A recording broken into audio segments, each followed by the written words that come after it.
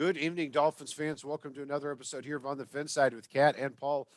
Follow us on Facebook, Twitter, all of our social media outlets, as well as the Fansided Network and FinFanatic.com. I'm Brian Cat NFL.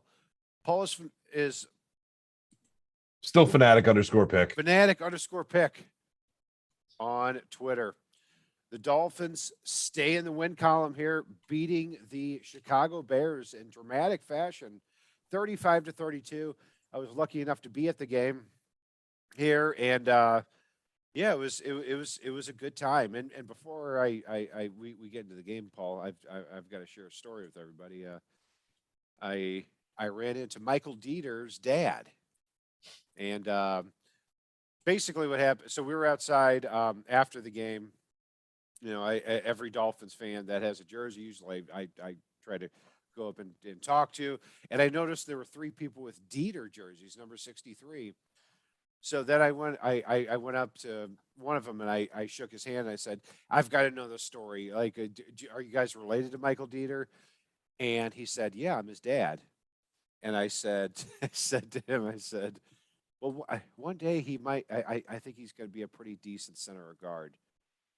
And you don't want to hear that about your son. And he said to me, he's already a good center or guard. And I go, I wasn't trying to be a jerk, but that's how I feel about him.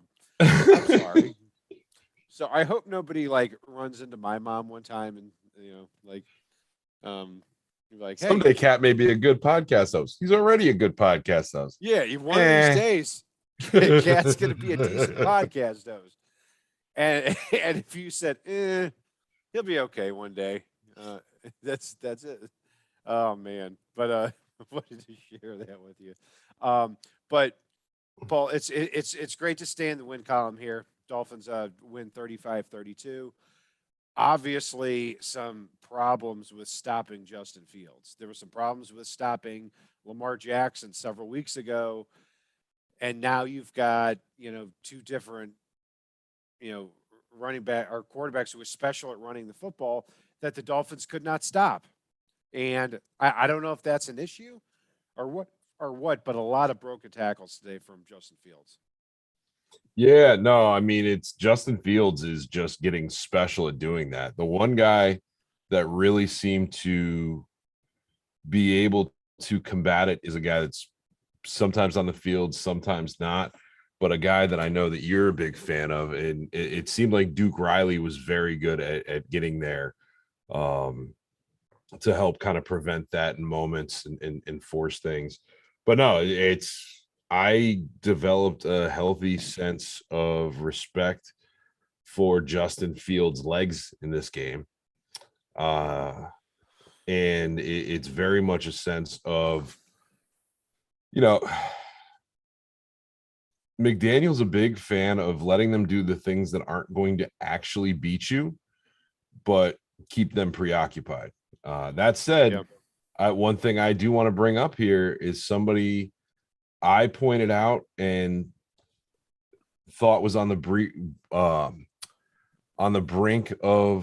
having a breakout game, and I felt like he did a little bit today, and that's Cole Kmet. Yeah, I dismissed Cole Kmet pretty easily when we did our show. He caught 2 touchdowns today, 5 catches, 41 yards. Also got 2 handoffs too, which is kind of weird. Well, one handoff, and then he took a direct snap for a first down. Yeah, they, the Bears did a lot of trickery here today, offensively, and I do have to say too. I mean, obviously, when you have 178 rushing yards from Justin Fields, that's a problem. But the running backs who heading into this game for the Bears averaged over 5 yards a carry on the year, 21 carries, 59 yards. So they did a good job stopping that inside game. And I thought when it came to Fields, it's not like they were blindsided with what he could do there.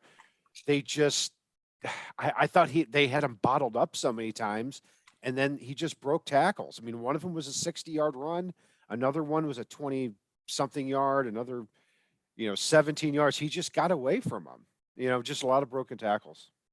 There really were. And, that said, we can congratulate Justin Fields on his record performance running the ball today. Or we can start congratulating some of our players and their record performances. Tyreek Hill, the fastest in the Super Bowl era, to 1,000 yards. And not only that, he surpassed 1,100 yards in the same day. It's crazy. It's Tua Tagovailoa. He is really showing that he's the guy this year. He's only played 7 games. In those 7 games, 2 of them he got hurt in, and those are the only 2 that he didn't throw for over 250 yards. He's thrown for over 250 yards 5 times this season. 2 of those have been for 300 plus, and 1 of those has been for 450 plus yards. He's 3rd in the NFL in completion percentage. Average completion yardage, he's 1st. Yards per game, he's 5th. Passing touchdowns, he's 6th, despite having 2 less games than most of the guys on this list. Touchdown percentage, he's 2nd. Interception percentage, he's 4th. He's 1st in number of times sacked, and he's 1st in QBR. On top of that, you've got Tyreek, who's 1st in yards, 1st in receptions. He's already surpassed his season totals for receptions for 2016, 2017, and 2019. His 1,104 yards so far surpasses his 2016 and 2020 season totals. And then you look at Waddle. Waddle's 5th in yards, 10th in receptions, and they're doing a crazy amount of stuff. On top of that, people were worried about Jeff Wilson Jr. I heard a lot of folks talking about him running behind that San Francisco line and not being able to get it done behind a Dolphins line. And while he only had 9 carries today, his season average with San Francisco this year was 5.1 yards per carry, and he averaged 5.7 behind Miami's line. And you could finally see between him and Mostert some of those lanes that McDaniel designs and taking advantage of those. So there was a lot to like with this offense today, despite, again, going for it when a field goal probably would have been a wiser decision. A couple of ill-advised 4th down plays, but at the same time, you can see the development and growth. And these guys are still all very early in their relationship with each other. It's crazy. It really is. Jeff Wilson goes out and has the game-winning touchdown catch. The touchdown catch that made the difference in winning and losing in a game that, where the Dolphins just won by 3 points. He looked big, he looked fast, he looked athletic, and he got on the field quickly because he's familiar with the scheme. So I was very impressed with what we saw there from Jeff Wilson. And just doing some quick math on Tua for the season, 151 for 216. So a completion percentage of almost 70, 15 touchdowns, 3 interceptions, and another 30-point output here from the Dolphins offense. And Tyreek Hill, Jalen Waddle, again, running wide open in this game. They could not be covered, and that seems to be a common theme week by week. You're talking about Tyreek Hill, like you said, over 1,100 yards for the season. And Jalen Waddle catches his sixth touchdown of the season. And so he's got he's north of 800 yards for the year. I think he had 85 today. So, and Waddle also leads the league in average yards per reception. Like, it's crazy. How asinine is it that last year Jalen Phillips was averaging 9.8 yards a catch? Jalen Waddle, you mean? Who did I say? Jalen Phillips. Oh, Jalen. Yeah, I slipped of the tongue. Jalen Waddle. He could make a good tight end. He's athletic enough and has some hands. Yeah, Jalen Waddle averaging 9.8 yards a catch last year. That's why Brian Flores is a mediocre linebacker coach. So we're just lighting everybody on fire. Michael Dieter's the dad, best is Brian the Flores. that Flo tried to push Tua out because he just didn't have it. One of my favorite things, just going to these games in other cities, is seeing the jerseys, just the really weird jerseys. Oh, I you're saw, going there. I sent you a picture. I saw an Alex Leatherwood jersey, and I'm thinking, like, how do you even get a Leatherwood jersey made that quickly? They just got him, what, like 6 weeks ago or whatever. And then I saw a Patrick Minnelli jersey, who was the former Bears long snapper. And I'm thinking, like, oh, God. And then I saw the Dieter jerseys, and then I just lit a fire to the entire Dieter family. I'm sorry. I'm really sorry. If Oh, you're not. no, if Michael Dieter's grandmother, Gertrude Dieter, is listening to this podcast, I'm sorry. I'm sorry. Hey, being an okay NFL guard or center is a lot better than, being a decent college one. That's better than most of the planet at playing guard or center. If we were really going to get into it, I would have been like, are you even going to make the case that he's anything better than an okay center or guard? I thought it was being nice, but this is what happens when I try to be nice to people. You know what we haven't talked about yet? No. The Buffalo Bills fans can finally stop crying about the loss to Miami and start crying about losing to both the Jets and being 0-2 in the division to start the season here. That's right. The Jets win today, what, 20-17? Whew. Yeah, I said before, and I was telling Dolphins fans all week before the game, I was like, I don't think the Bills are going to lose 3 games this year. Well, are they going to win any in the AFC East? I don't know. But yeah, yes, they will. Yeah, they will. But anyway, getting back to the game here, Paul. Paul. No, real quick before we move on from that, one thing that I'm going to be curious to keep an eye on this week is towards the end of that Jets-Bills game, Josh Allen's arm got hit as it was coming forward, and you could see him gingerly holding that arm for the rest of that game and it affecting his performance. So that's going to be something to keep an eye on, because the Bills without Josh Allen, that's kind of like having a revolver without a firing pin. Yeah, it sure is. I've heard that he's going to be fine. I think after that thing that happened to his hand, he came back and he threw a 20-yard pass that should have been caught. But we'll see. I mean, that would certainly turn the division on its head if there was a situation there. One thing I can't get over though, Paul, is, and what I'm so excited about is, after seeing so much bad offensive line play over the last couple of years, the Dolphins again keep Tua completely immaculate there in the pocket. Teron Armstead is just he's just beautiful to watch. Anybody who likes offensive line play, his pass protection sets, it was even more beautiful to see him in person, where it's just it's almost perfection. And then you're talking about him on these sweet plays. I never realized how fast that he gets out there on these run plays, and it makes such a big difference. And then on the other side, Brandon Shell, did you hear his name today? No. And there's a good reason for it, because he's just doing his job at the right tackle position. Yeah, and so here's a stat for you, actually, and this is courtesy of Valley Boy Sports. Josh Allen and Tua Tagovailoa both have 6 wins on the season. 2 in 2 less games. That's my little add in there. The Bills have the number 1 scoring defense in the NFL. The Dolphins have the 25th scoring defense in the NFL. Which quarterback is more valuable for their team's success? Yeah, that's a good point to make. I mean, I always go back to, with Josh Allen, how he could just take over a game with his arm on the spot.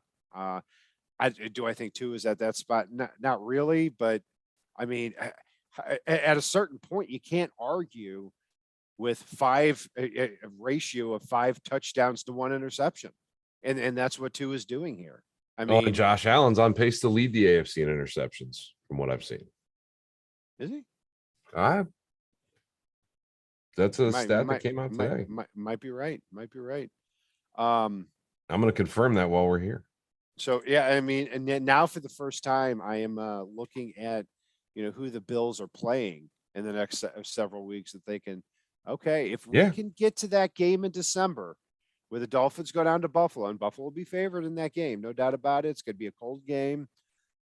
But if we get to that game with a chance to win it and win the division, that's when the season starts to get special. Not just a wild card team, which is what I've always had the Dolphins being, just because I anticipated the Bills being so good and winning the division. And just to confirm, Josh Allen and Davis Mills are tied with 8 interceptions right now in the AFC, 1 interception behind Matt Ryan, who obviously is not going to have a lot more chances to throw interceptions this year after being benched. Yeah, man, crazy. And the Dolphins play Davis Mills here in a couple weeks when the Texans come to Miami after the bye week. Paul, let's get to our grades here.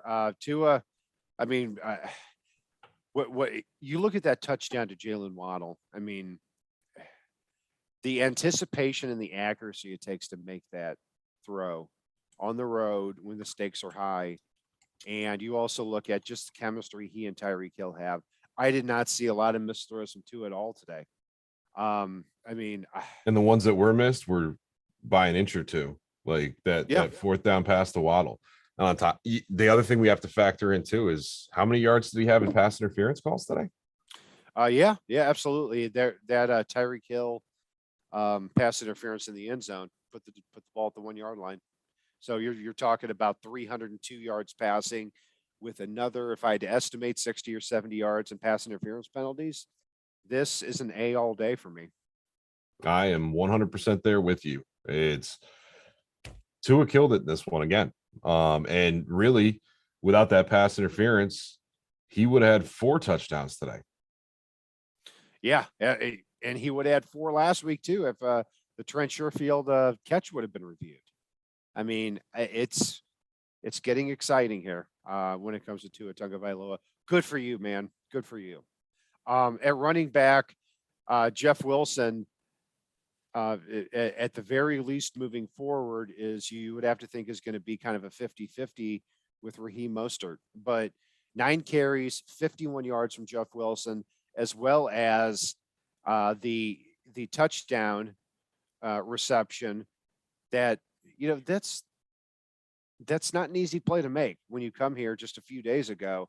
You go up, you split out wide, you make a move on a linebacker, catch the pass, dive to the pylon, an impressive play. So kudos to Jeff Wilson. The Dolphins never really got an established run game here, which was a little bit concerning at first. I mean, I remember looking at some point in the third quarter, and the Dolphins had rushed just 11 or 12 times to the running back. So it didn't really establish the ground game. But Jeff Wilson's 28-yard run, as well as touchdown catch, take this grade up. So, nothing flies off the page other than those 2 plays. So I'm going to go with a B- for him. I'm going to go with a B. I thought they did a lot when called upon. They just weren't called upon a lot. And we saw the establishment of those running games. Mostert got a touchdown on the ground, and Wilson got one through the air. There was a lot to like in the limited opportunities they had, and there's not enough to pull that down from there. Yeah.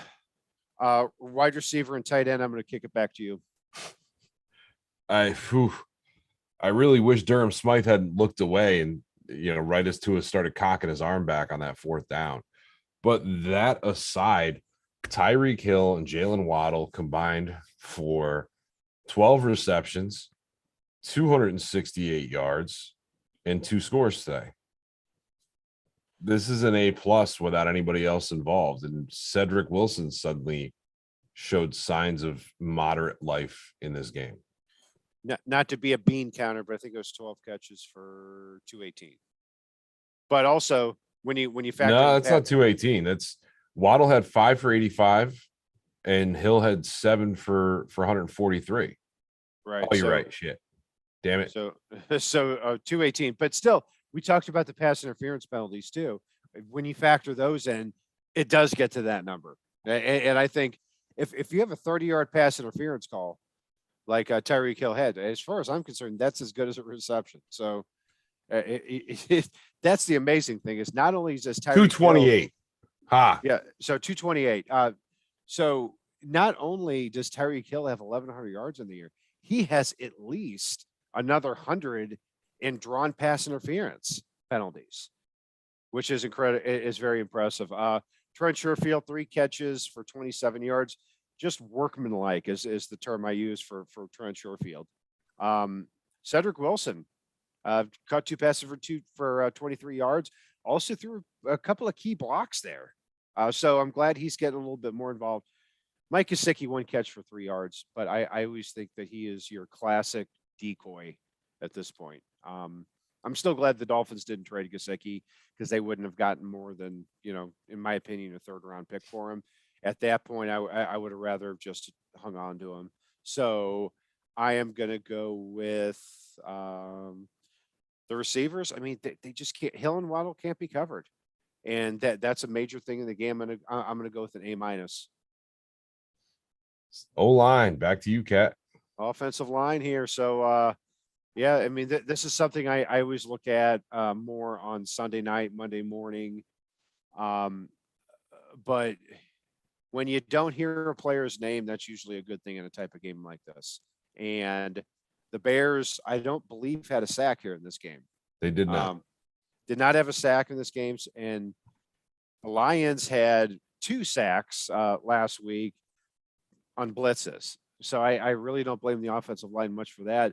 And then you look at, okay, they didn't run the ball a lot, but still when you crunch the numbers, at the running back position, 18 carries, 77 yards, a pretty decent yards per carry average there. So, I mean, I continue to be more and more impressed with this offensive line. And it's going to be interesting to see if Austin Jackson gets his job back over Brandon Shell. And I hope he doesn't, to be quite honest with you. Yeah, why would they give him Brandon Shell's job? Yeah, it doesn't make sense. I'm going to go A- on this too. I'm going to go with an A. They started to open up running lanes today. We started to see what we couldn't see when Chase Edmonds was here, and they also kept Tua clean, and that's their job. I can't put it any better than that. Like, there was one moderately low snap at one point, and that's about the only gripe I have with the O-line today. Yeah, no complaints out of me from that. The Dolphins win this game 35-32. So obviously on the defensive side of the ball, there were some issues. Yeah, so we'll start with the defensive line. I credit the Dolphins interior defensive line with how they handled the Bears running game, because Zach Sealer, Raekwon Davis, Christian Wilkins had to win those matchups inside against David Montgomery and against Khalil Herbert. Heading into the game, the Bears running backs were averaging over 5 yards a carry. In this game, 21 carries, 59 yards. They did their job in that respect. Where the running game obviously got out of control was Justin Fields and a lot of missed tackles. He shook off Bradley Chubb on one play. Chubb had an opportunity to take down the quarterback and really put an exclamation point on this trade. He didn't. That's not to say anything poor about him moving forward, but he had his chance, didn't take advantage of it right now. So not a lot of pressure on the quarterback other than that either. So when you factor in 32 points on the board, Justin Fields having 174 rushing yards, not a lot of big plays from this unit. I'm just going to go with a straight C. I put Justin Fields rushing yards a lot more on the linebacker unit today than I do on the front 4. I thought part of Justin Fields getting a lot of those rushing yards while there were some missed tackles and sacks. I thought he was very elusive and avoided a lot of potential sacks in this game, which some of those I'll put on the players, some of those I won't. I thought there were some hilarious moments as far as, you look at, oh God, I'm blanking right now. When Melvin Ingram got his sack in this game, and he literally was carrying a player like a backpack that was holding him from behind as he got the sack. And, like there were a lot of moments like that. I thought Phillips put a lot of pressure on. I thought Sealer had a really great fourth down stop where if he didn't come up and plug, they got the first down. I thought there were a lot of very, very good moments from the D line, and I put a lot of those Justin Fields rushing yards, like I said, on Jerome Baker, on Landon Roberts, on as good of some moments were with Duke Riley, on Duke Riley when he was in there. They did not contain him even when they were spying him. And that was their job. So I can give the D line a B here. They held the running backs.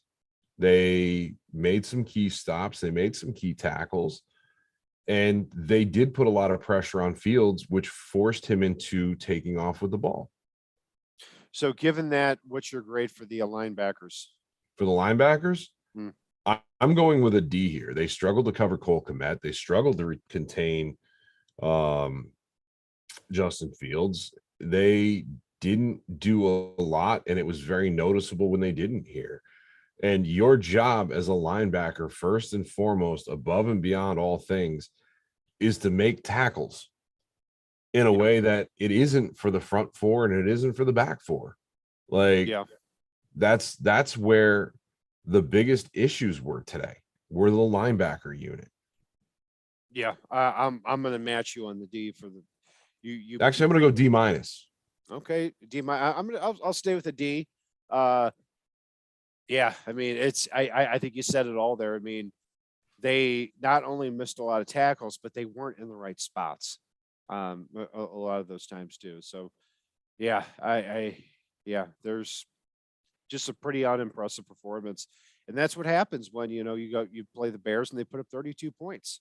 You're going to get some grades like this. Defensive back, I thought it was odd Veron McKinley didn't play or wasn't active in this game.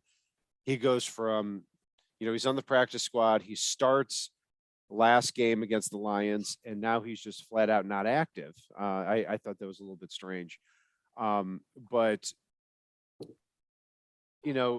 even with all the points the Bears put up and Justin Fields having 3 touchdowns, 123 yards passing. So it's really hard to dog at them all that much for this.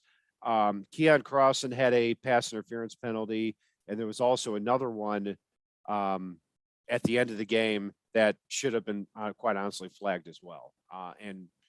But he did a beautiful on that one. It was a beautiful job of swapping arms on the side away from the referee.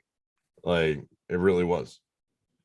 If you say so. I promise. I rewatched that play about 7 times and and my wife looked at me and goes, "Can they do that?" And I went, "No, but it's only a penalty if they see it." And, at one point he had, I can't remember if it was his left arm first that was away from the ref. And as the receiver spun around, he swapped it to his right where you couldn't see it. Man, yeah, it was definitely pass interference. But hey, those calls tend to even out, and, the Dolphins have been on the wrong side of those calls. They're on the wrong side of those during their 3-game losing streak. And I've always said you can't blame the refs unless it's just absolutely egregious throughout the game. I don't think that was the case. I make the same argument if the Dolphins lose. It's like if that happens, you've got to overcome it. And sometimes they work in your favor, sometimes they don't. And this time it did. But overall, I thought it was an impressive performance there. Kader Kohu, I don't see many passes he let up.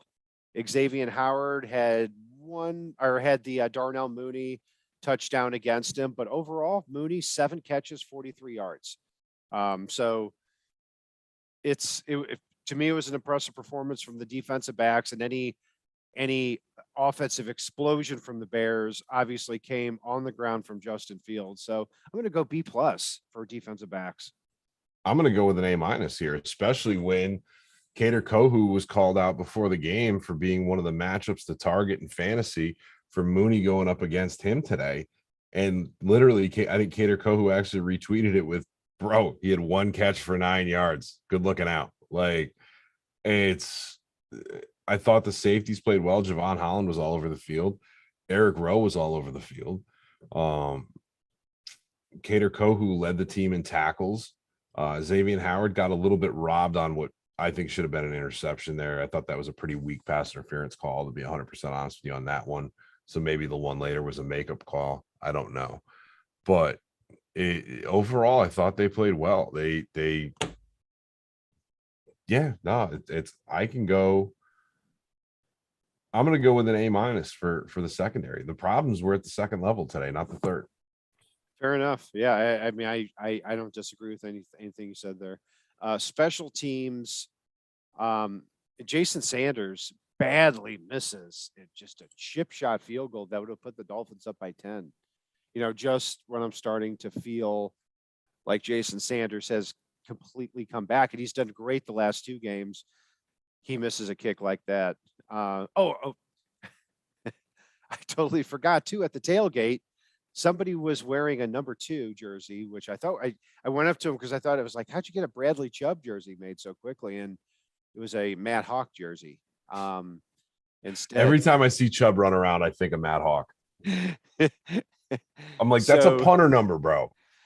I agree. And so I started talking to him, and his family is close with the Hawk family. And he said, and the guy was talking about how Matt Hawk did such, how he used to bomb these kicks. And I agreed with that. And I was like, but then he shanked so many other punts too. All right, see ya. Bye. Like, I'm just running roughshod all Maybe you over should these stop family walking up members. to people in jerseys and talking to them. Yeah, I at the end of the day, I was like, oh man, I was kind of a dick a couple of times today to the family member. Could you imagine if I met Jonathan Martin's cousin or something? I mean, God, it would get ugly. I'm glad you weren't with me when I met Paul Soliai. That's all I'm going to say. No, Soliai, I would have ranted and raved about Soliai. Look, I don't know what would have come out of your mouth in the moment. Like, oh man. But special teams, Sanders. So you have 2 big plays here. The Sanders missed field goal, but the bigger play was obviously the Jalen Phillips blocked punt picked up by Andrew Van Ginkel for a touchdown. So that was certainly a bigger play there than the Sanders missed field goal. Other than that, nothing really comes to mind. Thomas Morstead on his one punt today flipped the field with a 51-yard Yes, he bomb. did. Yes, he did. And that is just such a common theme, very common theme. So when you start weighing the pros against the cons, I'm going to go with a B for the special teams. I'm going to go with a God damn you, Jason Sanders. Like, it would seriously be an A. This should be an A when you block a punt and get a touchdown. It should. Yep. And shanking a short field goal that badly, like, you can't blame the win for missing by that much, especially from that close. Like, it was not the wind. No. And I'll tell you what, the wind was a pain in the butt yesterday, but it was not really a factor today. There is no amount of wind that could have been responsible for that. I'm going to go with a B+, and it's Jason Sanders' goddamn fault. Yeah, I agree with you on that. I agree. So Paul, Dolphins win this game here. Who's your player of the game? Who's your Coke Bus player?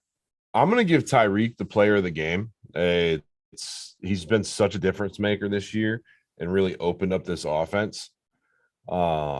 I don't even think I need to explain that. The first player in the Super Bowl era that's the fastest to 1,000 receiving yards, and he does it by going over 1,100 instead. Just an extra bonus 100 yards. He's literally almost 250 yards behind the second leading receiver ahead of the second leading receiver in the NFL right now. Mm-hmm. And he's doing it on only 4 more catches than Cooper Kupp. Like, it's ridiculous what he's doing right now, and even more ridiculous when you factor in what he and Waddle are doing. As far as my Coke Bus player of the game, I was firmly staring at a Landon Roberts, but I'm also staring at Jason Sanders, because Sanders could have made this, a bigger margin here that we needed in critical moments if we hadn't gotten that fourth down stop at the end. But I got to give it to Landon Roberts. Anytime you allow a quarterback to just run ragged on you, and I know a lot of the chat's probably going to argue with me and say Jerome Baker should have got it. I said for the first 9 games last year, Jerome Baker's a middle linebacker that if you put outside, you're neutralizing his game. So Jerome Baker's faults I put on Josh Boyer right now, and a Landon Roberts faults I put on a Landon Roberts lap. And if you're that linebacker in the middle of the field of Landon Roberts and Justin Fields is running wild on you like Hulkamania, guess what? You are going on the Coke bus for me today. Fair enough. I am going to give it to Jerome Baker, my Coke Bus player of the game. Not in the right spots a lot of the time. And Justin Fields ran wild, and it's his job to control the middle of that field there and have the range to do that. So didn't get done. My player of the game, back-to-back weeks, Tua Tagovailoa gets it. Player of the game. I mean, I thought he was incredibly accurate. And you look at some of these passes to Hill and Waddle, yeah, they get open. But, man, he fits the ball into tight spots. And it was a pleasure to see there on field level up front. The job that he did there, and the Dolphins have officially their answer at quarterback. And it's wonderful for me to be able to sit here and say that after we sat here for year after year with Tannehill and Chad Henne and all these other guys here, we're just like, I don't know. But yeah, Tua and gets, I want to answer something my from player of the chat game. real quick, just because it goes back to what I just said about Landon Roberts. Two Pistols said E-Rob is trash. Yes, but he's a good leader, and I respect that. I respect being a good leader too. Mike McDaniels is a good leader. I don't want him at middle linebacker. Period. Like, if E-Rob's such a good leader, go be a goddamn coach. Right. But hang it up if you can't stop a mobile quarterback. Now, in fairness, we've said week after week he's had an impressive season. He's hit more than he's missed as the Terrell Buckley of linebackers. But yes, this season he didn't hit shit. This game he didn't hit shit. He was not good in this game. None of the linebackers were. On these third and short plays, he's usually the teeth of the defense on these run plays. Didn't have a lot of those opportunities here today because the Bears were usually getting first downs before it got to those third and shorts. So, Paul, that's going to do it for our breakdown here of the Dolphins' 35-32 win over the Bears. I'm Brian Kett, NFL. Paul's Fanatic_pick. Join us as well on Fin Fanatic and the FanSide Network, as well as all of our social media outlets, Twitter, Facebook, iTunes, everything. Dolphins are 6-3, and they're going to be heavily favored in the next 2 games. Very exciting stuff. Thank you for joining us here. And if it's not on the right side and it's not on the left side, it is on the Fin side.